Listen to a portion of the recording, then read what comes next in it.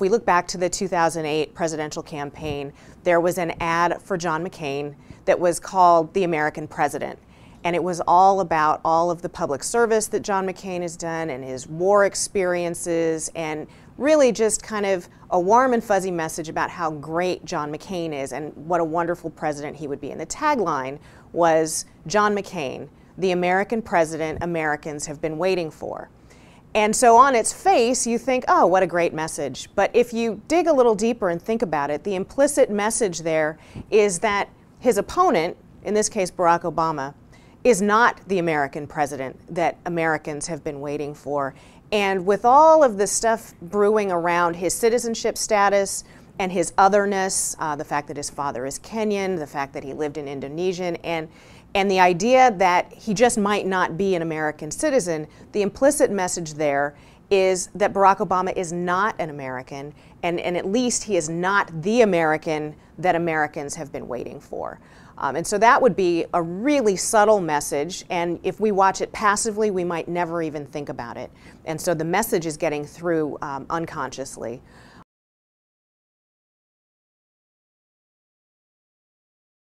I think we can say, as a famous author once did, that it's both the best of times and the worst of times. I think it's a huge symbolic accomplishment to have an African American in the White House.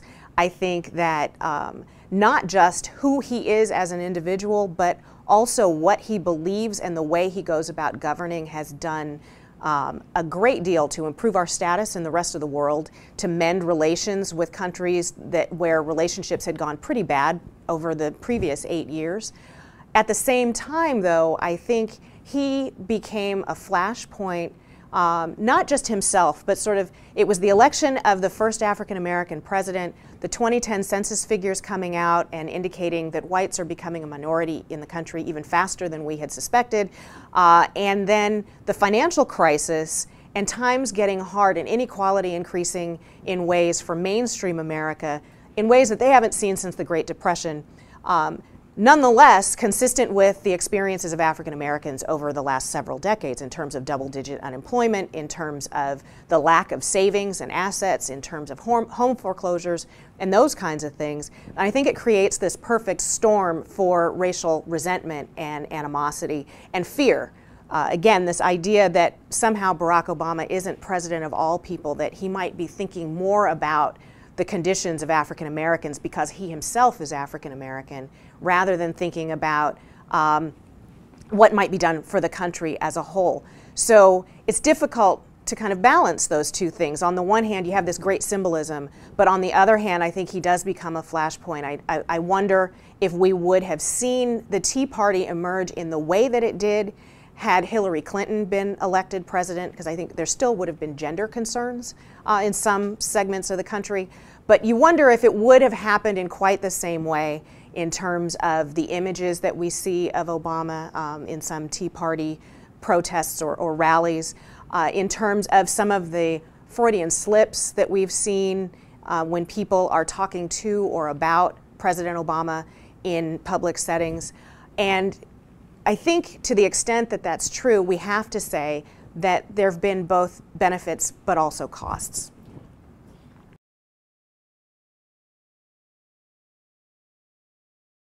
If 1 in 7 families nationally are living in poverty, that doesn't reveal, for example, that about 25% of African Americans live below the poverty line. That's an improvement over 40 years ago, but it's still a quarter of the black population living in poverty. The unemployment rate is in double digits, somewhere between 12 and 14%. The black unemployment rate has been in double digits for many years prior to the Great Recession, and in fact now is up around 18%. So those are instances where if you break it out racially, you get different answers.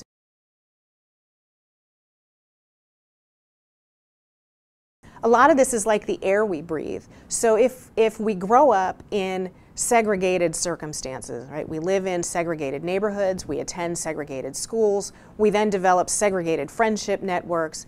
Nothing seems unusual about recreating what we've experienced ourselves growing up. So to cast a TV series and not have any people of color among the main characters is not all that different from what a lot of whites experience in their day-to-day lives for most of their lives.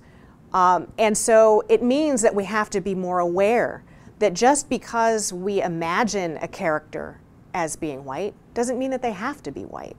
And I think that there are instances where actors have gone for parts because they realize that race isn't important to the story here, and this character could just as easily be of some other race or ethnicity than to be white.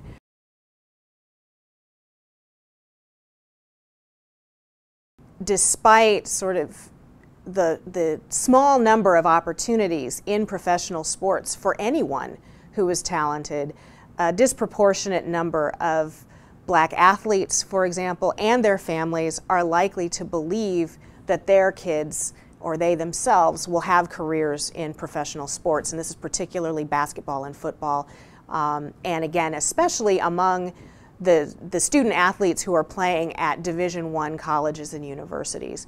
And it doesn't matter whether they're starting or they ride the pine the entire season, they're far more likely to believe that they have a shot at a professional career.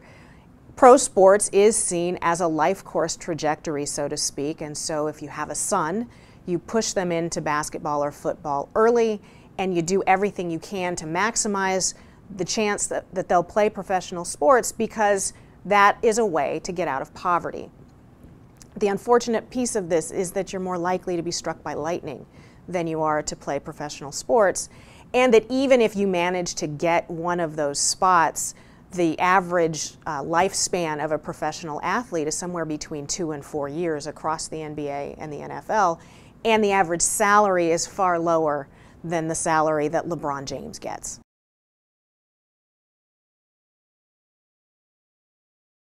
White people don't understand what black people are so upset about. It's an isolated incident. It's unfortunate. It's sad.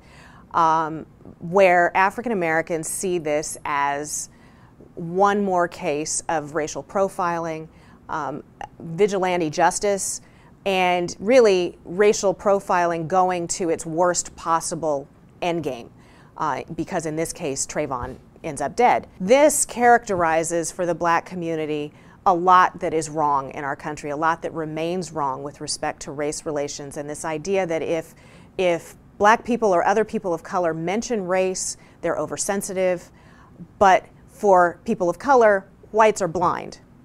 So things are better than they were in the 1960s and previously. We have made progress. That doesn't mean that it's all been accomplished.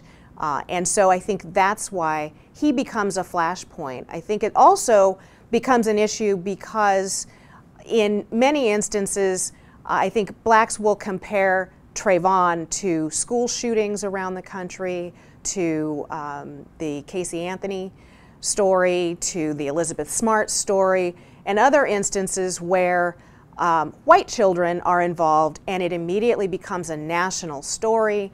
We're looking for people, we're trying to get justice, and it stays in the news 24 hours a day, 7 days a week until there is justice, or at least we hope there is justice. Where with Trayvon Martin, it took more than a month before it reached the level of getting national attention, and that really was because people at the local level kept fighting to get more attention to the issue because they knew about long-standing issues in the Sanford Police Department around their relationships with the black community. They knew things about Zimmerman that led them to believe that this was racially motivated.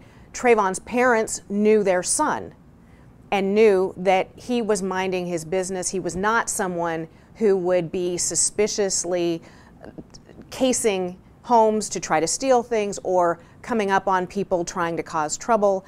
His girlfriend was on the phone with him and knew that he had just gone to the store to get some Skittles and was on his way home.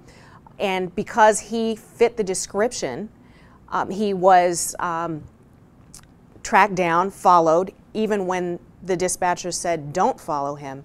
And the end result is his death.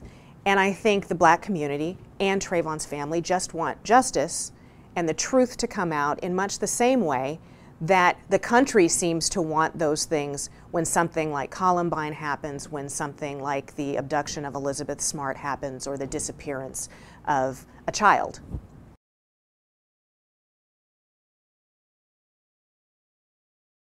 Color blindness is a loaded term. It suggests that you're going to look past someone's color, you're going to ignore their color and not think of them in terms of their color, or not take their race into account in finding out who they are. And not everybody thinks that that's a good idea. I think that among whites who often, until recently, didn't think about themselves in racial terms, it seems like the best way to go, because, you know, then we're not thinking about race at all. The problem with that is that in American history, we've been organized around race, and a lot of our historical legacy and experiences are tied to those identities. And so despite the complications and the horrors of slavery, for example, there's also a lot of strength and resilience in that story that Black people are very proud of. And so to suggest that you would ignore that suggests ignoring something that people take great pride in.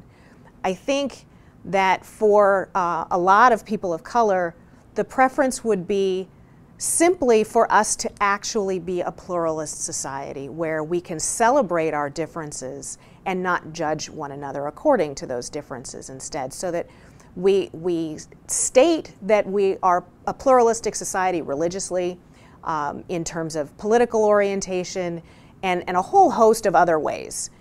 Race seems to be the one characteristic where it's either all we focus on or we want to just make it disappear. And I think that either extreme is problematic, and that we ought to be able to have a middle ground where we can celebrate our differences, our diversity really, and embrace it without attaching judgments to it. And so to my mind, color blindness is something that, again, offends some people, and not necessarily the best answer given our history in this country. I don't know that it's attainable.